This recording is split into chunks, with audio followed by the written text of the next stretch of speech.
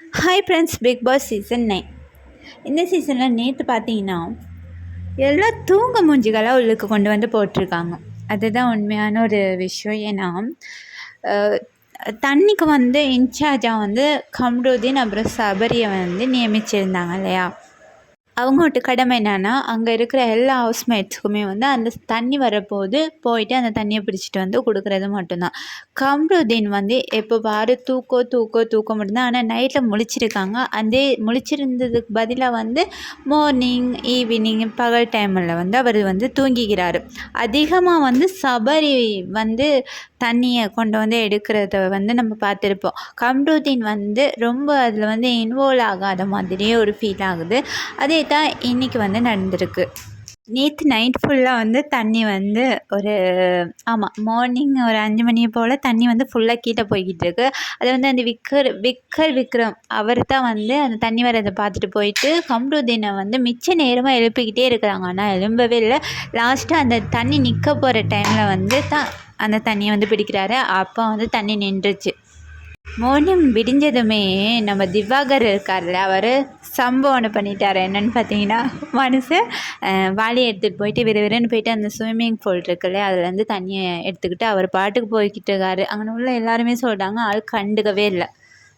அதே மாதிரி இன்னும் கொஞ்சம் நேரத்தில் போயிட்டு ஒரு பாட்டிலில் குடிக்கிறதுக்கு வந்து தனியாக தான் அந்த தண்ணி வரும்னு சொல்லியிருந்தாங்க. ஆனால் வந்து இவர் வந்து ஒரு பாட்டிலில் போயிட்டு அங்கே தண்ணியை பிடிச்சிட்டு வந்து அவர் ப்ரஷ் பண்ண கொண்டுட்டு போயிட்டார். கம்ருதீன் வந்து கேட்குற போது சொல்கிறாரு, உனக்கிட்ட எனக்கு பேச விருப்பமே இல்லை, என்ன பாடி ஷேமிங் பண்ணுறீங்க, நான் அதனால உனக்கிட்ட எனக்கு பேச விருப்பமே இல்லை அப்படின்னு வந்து திட்டி அனுப்பிடுறாரு. பார்வதியுமே வந்து இதுக்கு சப்போர்ட் பண்ணி தான் கதைக்கிறாங்க. ஆனாலும் நிறைய இடங்களில் பார்த்தீங்கன்னா கம்ருதீன் மற்ற ஹவுஸ்மேட்ஸுமே வந்து நிறைய பேர் வந்து அந்த பிரவீன் ராஜ் அவங்களாமே வந்து திவாகரை வந்து பாடி ஷேமிங் பண்ணிக்கிட்டே தான் இருக்கிறாங்க. அவரோட உருவக்கேலியை வந்து பண்ணிக்கிட்டே தான் இருக்கிறாங்க. இதை வந்து கண்டிப்பாக வந்து சாட்டர்டே சண்டேவில் வந்து கமல் சார் இதை வந்து கொஞ்சம் கேட்கணும் அப்படிங்கிறது வந்து எங்களோட வேண்டுகோள். அதிலே பார்த்தீங்கன்னா மார்னிங் டாஸ்க் வந்து ஸ்டார்ட் பண்ணிட்டாங்க. நீ தாண்டா டைட்டில் வின்னரோட இந்த சீசனோட டைட்டில் வின்னர் அப்படின்ட்டு திவாகர் அப்படிங்கிற ஒரு ஸ்டேஜுக்கு வந்து பிக் பாஸ் வந்து கொண்டு வந்துட்டாங்க. ஏன்னா வந்து மார்னிங்கே பார்த்தீங்கன்னா கம்ருதீன் வந்து திவாகரை வந்து கலாய்க்கிற மாதிரியே தான் இருந்தாருன்னு திவாகர் வந்து சொல்லிக்கிட்டு இருந்தார். இதை மெயினாக வச்சே வந்து மார்னிங் டாஸ்க்கை வந்து திவாகர் ட்ராமா அகாடமி அப்படின்னு ஒன்று ஸ்டார்ட் பண்ணி அவர் வந்து அவங்களுக்கு வந்து ட்ராமா பழக்கணும். அதில் பழகி ட்ராமா அவங்க நடிக்கணும். இதில் யார் நல்ல சிறப்பாக நடிக்கிறாங்களோ அவங்களுக்கு வந்து ட்ராமா அரக்கன், நாடக அரக்கன் அப்படிங்கிற ஒரு பட்டப்பேர் வந்து சூடணும் அப்படின்னு சொல்லியிருந்தாங்க.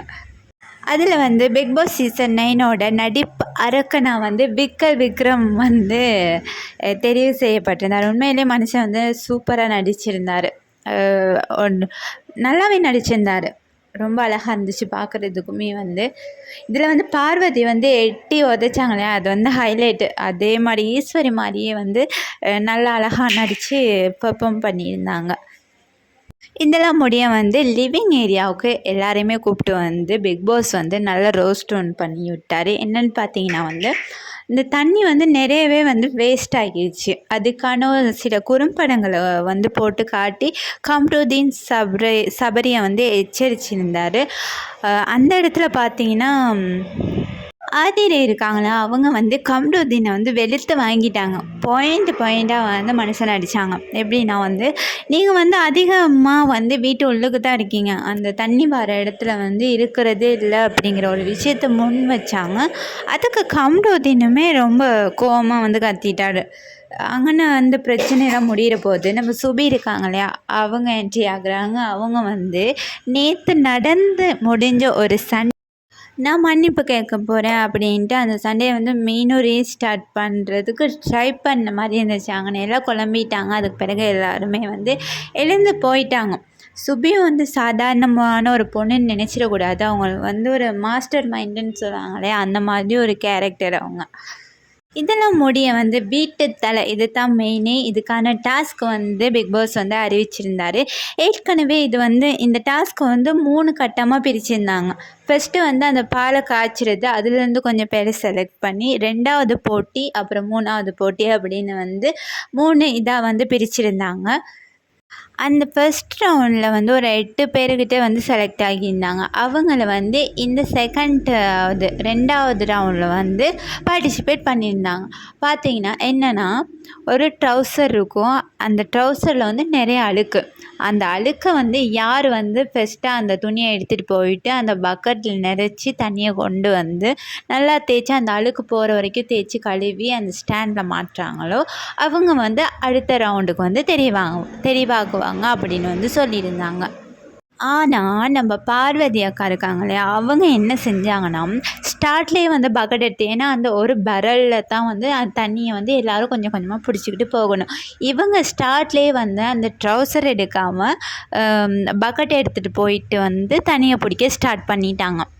பண்ணின உடனே மிச்சம் எல்லாருமே ட்ரௌசரை எடுத்துகிட்டு வந்து மிச்ச நேரம் சிண்டு தான் கண்டுபிடிச்சாங்க இவங்க ட்ரௌசரை எடுக்காமல் தான் வந்து தண்ணியை பிடிச்சிக்கிட்டு இருக்காங்க அப்படின்னு. அப்பயும் இவங்க வந்து தண்ணியை எடுத்துகிட்டு வந்ததுக்கு பிறகு கெமி இருக்காங்க இல்லையா, அவங்களுக்கும் இவங்களுக்கும் வந்து பெரிய சண்டை, மோதல், உருட்டி பெரட்டி இந்த பாய்ஸ் அடிச்சுப்பாங்க இல்லையா, அந்த மாதிரி ஒரு சண்டை. அதில் வந்து கெமி என்ன செஞ்சிட்டாங்கன்னா தண்ணியை வந்து கீழே தள்ளி விட்டுட்டாங்க, ஊற்றிட்டாங்க. இதுலேருந்து என்ன தெரியுதுன்னா, ரூல்ஸே ஒழுங்காக வந்து ஃபாலோ பண்ணாமல் படிக்காமல் வந்து இந்த டாஸ்கில் வந்து இவங்கெல்லாம் வந்து பார்ட்டிசிபேட் பண்ணுறாங்க. இல்லை விஜய் பார்வதி அக்கா வந்து கொஞ்சம் அந்த ரூல்ஸை வந்து படிச்சுட்டு போயிருந்துருக்கணும். இவங்க ரூல்ஸை படிக்காமல் போயிட்டு தண்ணி பிடிச்சி இந்த சண்டை வந்த உடனே வந்து இது வந்து அவங்க மேலே தான் தப்பு சொல்ல முடியும். கெமி மேலேயும் தப்பு சொல்ல முடியாது, மற்றவங்க மேலேயும் தப்பு சொல்ல முடியாது. இது முழுக்க முழுக்க வந்து பார்வதி மேலே மட்டும்தான் நம்ம வந்து தப்பு சொல்ல முடியும். ஏன்னா அவங்க வந்து ரூல்ஸை வந்து ஒழுங்காக பார்த்துட்டு அதுக்கு பிறகு தான் போயிட்டு வந்து தண்ணியை பிடிச்சிருக்கணும். இந்த டாஸ்கில் பார்த்தீங்கன்னா ஆதிரே, அப்புறம் பிரவீன்ராஜ் சம்திங் இன்னும் 2 பேர் வந்து செலக்ட் ஆகியிருந்தாங்க. மொத்தமாக வந்து 4 பேர் வந்து செலக்ட் ஆகியிருந்தாங்க.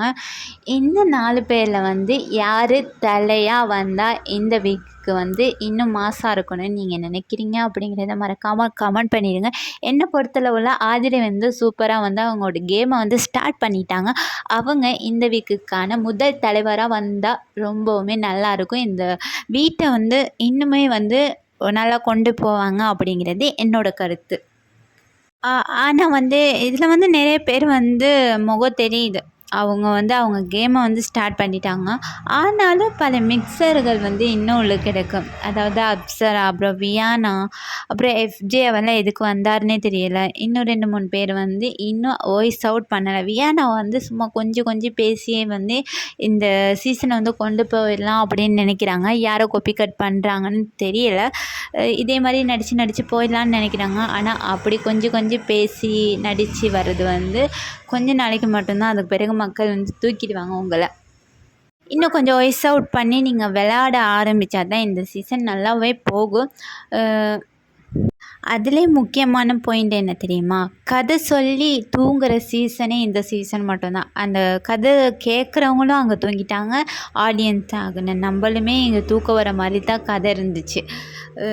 ஏன் இப்படி வந்து இந்த சீசன் போகுதுன்னு தெரியல. பார்க்கலாம் இன்னும் சூடு பிடிக்குதான்ட்டு. யாராவது நல்லா விளையாடுங்கப்பா. இதை பற்றின உங்களோட கருத்தை மறக்காமல் கமெண்ட் பண்ணுங்கள், லைக் பண்ணுங்கள், ஷேர் பண்ணுங்கள், சப்ஸ்கிரைப் பண்ணுங்கள். By guys.